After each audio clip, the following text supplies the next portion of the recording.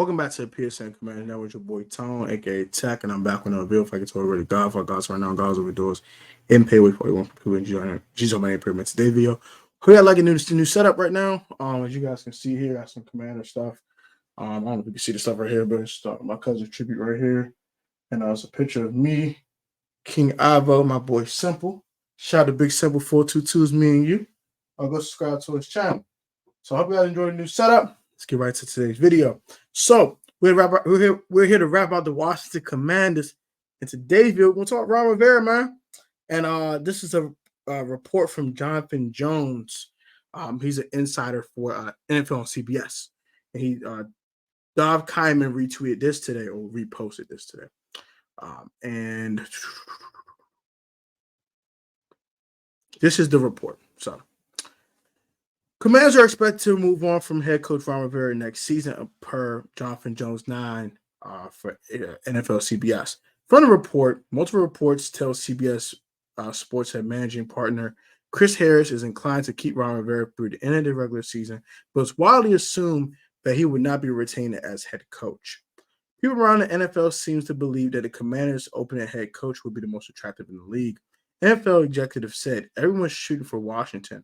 They have a good amount of cap space and draft picks. Interesting. So I'll talk about what makes us attractive besides that as well. And let's get right into it. So no surprise here.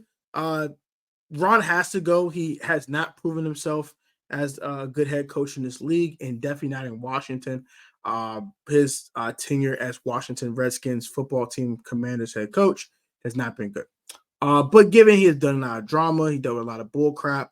When he first got here to change the name from Redskins to football team, as soon as he got here, he had cancer. He dealt with all that crap his first season. So I do understand that he dealt with a lot of crap here with Dan Snyder and all the name changes and changing from football team to Commanders and all this other crap that off the field that just doesn't conducive. It's not conducive for good football. But this year, all the distractions were gone. You hired Eric Bieniemy. You already had Jet Rio in place, and you still failed. So, also, you botched the Carson Wentz trade. There's a lot of things that Ron Rivera has done here that warrants him getting fired. But let's start with the record, though. First year, 7-9, playoff berth. Played a really, really hard-fought game versus the Tampa Bay Buccaneers. Gave him probably the hardest time at any team in the NFL playoffs as they went to win the Super Bowl in 2020. 2021 finished 7-10. Ryan Fitzpatrick gets hurt after 10 plays. You see Taylor Heineke, and Heineke did some good things, but he also was proven not to be a full-time starting quarterback in the National Football League. You trade for Carson Wentz in 2022. God darn it. You draft Sam Howell in the 5th round in the 2022 NFL draft, along with you drafting Jahan Dotson and Fedarian Mathis and botch pick, by the way. Brian Robinson Jr., Percy Butler, and other guys in the draft, Cole Turner, guys like that. After that, you trade for Carson. Or before that, you trade for Carson. You bring Carson in, but you eat up all his salary, which made you cut Landon Collins, Eric Flowers, guys like that to fit his salary under the cap because you were not good enough in negotiating a trade in which you made the Indianapolis Colts pay most of his salary to take the 3rd round pick. Bad negotiation tools by Ron Rivera and Martin Mayhew and Marty Herney. Bad negotiations there, which forced you to cut some good players that you didn't need to cut. If you just had better negotiation tools, but none of my business. Bring Carson in. You start 2-5. You blame the quarterback for all your problems, which was Carson Wentz, which I don't think Carson was that bad. Carson had some bad moments. The Titans interception in the game. The 2 picks versus Jacksonville weren't good, but he did throw 4 touchdown passes. Started very bad against the Lions. In the Lions game week 2, he was horrible versus the Eagles. Was not good in that Cowboys game either. But he had some good moments in Washington. And it was not all on Carson. But nonetheless, that's not the point here. But yeah, he made a bad trade, gave too much draft capital, and didn't make the Indianapolis Colts pay any of the salary, which is absolutely stupid as hell. Then you bring him in. He fails. Unfortunately, he fails. You go back to Taylor Heineke. You go into a Mickey Mouse win streak, which is whatever. And then you bring back Carson, which I thought was the right choice at the time. Carson went to bed versus the Browns. You missed the playoffs. And you weren't going to make the playoffs guaranteed. You just weren't going to be eliminated because you still had to beat the Cowboys next week. And there was no guarantee that Carson was going to beat the Cowboys next week. So you bring in Howell. Howell plays the last game of the season. He plays well, beat the Cowboys. And now that gets us to 2023. 4-8. Sam Howell's leading the league in passing yards. Sam Howell's the only reason why we're watching the team. The team is that bad. You trade both your best edge rushers to separate teams within your conference. Which I also think that was kind of crazy. You couldn't trade to AFC teams, but none of my business. You trade Montez Sweat for probably a very early second round pick. Trade Chase Young for a third round pick. I think that was ownership that did that. It had nothing to do with Ron Rivera. Ron Rivera wanted to win. He wanted to keep his job, so he probably wanted to keep Montez and Chase. Chase didn't want to be here. Understand because Ron Rivera is a crappy coach, and Jack Del Rio's a sucky coordinator. He sucks, so it's not my business. But nonetheless, bro, no surprises here. Ron has to go. He's a terrible coach. Cameron Jerome Newton made his career. I'm gonna call it what it is. If Cam Newton was never his quarterback, he would never had 10 years in Carolina. Sorry, not sorry. Was coach a year 2 times, but that was under Cameron Jerome Newton. Once Cam started getting hurt, we started to see what Ron Rivera really was. An average head coach in the league. And now below average because I think the game's passed him by. Sorry, not sorry. Now he's fired Jack Del Rio, and now he's going to take over defensive calls. I don't think it's going to help anything. This defense is going to still suck, and we're going to still lose football games. We're going to probably finish 5-12 or 6-11, and he'll be fired in the season on January 8th when Pink Slip / Back Monday comes to his doorstep. The Reaper of Jobs is going to come at his door and snatch his job from him. Sorry, not sorry. No surprises here. He hasn't been good. Like I said, 7-9, 7-10, 8-1. Given with 3 different starting quarterbacks, a lot of turmoil. But you decided to trade for Carson Wentz, and you decided to take his whole $20 million salary without forcing the Colts to pay the majority of like an idiot. That's on you.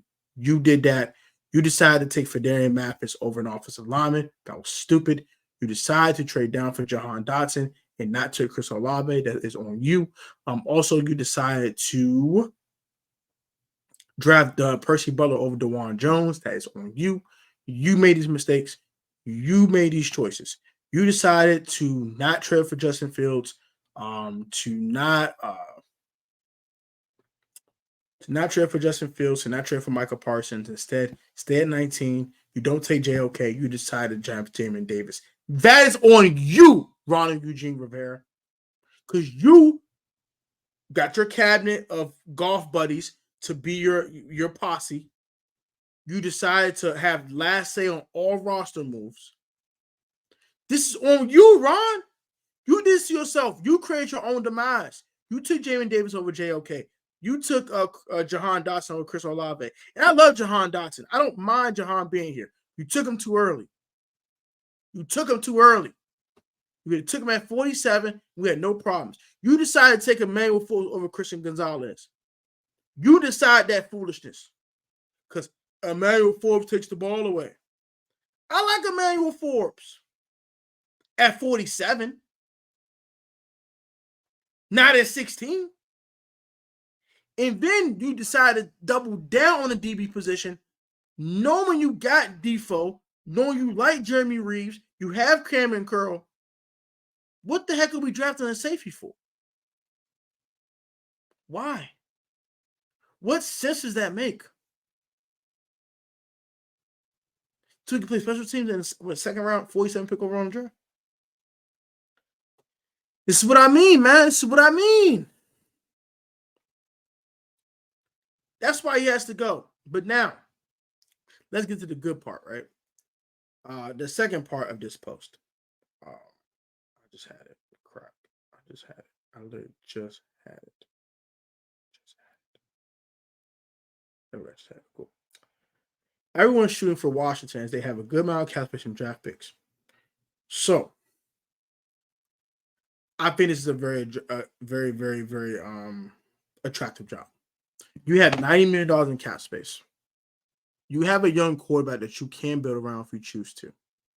I do believe if you hire a GM, I think it's going to be kind of hinted that Sam should be the guy for at least one more season, unless certain prospects are there. For example, if you are able to draft a Drake May, then that's the exception to the rule. I think they'll make certain exceptions to the rule, like, okay, if you can get Kirk Cousins and free agents for a bargain, let's say his contract value is more like $35 million, but you get him for like 20, 25. There'll be certain exceptions to the rule where they say, okay, cool. If this is what you prefer and it's the right value, I can accept that. But otherwise, don't reach for a guy and don't overpay a guy. Roll with Sam. I think that'll be indicated and hinted. Now, I think they will make exceptions. I think if you really like a guy and the value is there and you think this is an upgrade, go for it. But it's not a guaranteed upgrade. Stick with Sam, see what he has. If you don't like it in 2024, he's on his last year rookie deal in 2025. You could back up whoever you want the starter to be in 2025, or you draft Shadur Sanders or whatever, and you go from there. That's how I think that would be. That would go. So you have a young quarterback you can possibly build around. You have $90 million in cap space. You have 3 picks in the top 45 and 5 picks in the top 100. I believe you'll get more draft capital, right? Because I don't think they're done trading players yet. I do believe they're going to wipe out the rest of this defensive line. The one guy that will be here will be Deron Payne. I believe Jonathan Allen will get traded. And I believe you will probably get a second-round pick for him or even a late first, depending on the team. I think of a team like Kansas City, right? A team like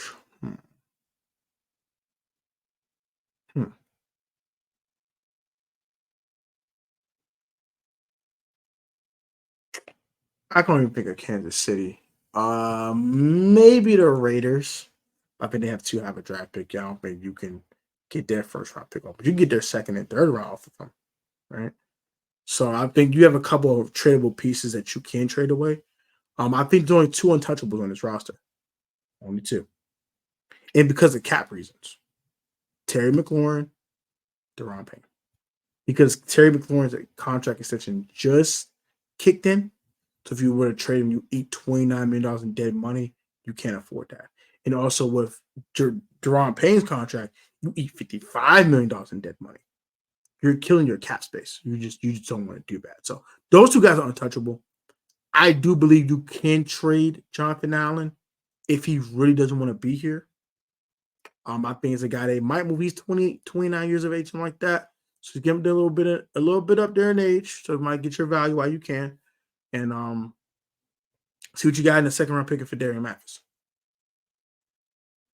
So that could be a possibility. So you have tradable assets.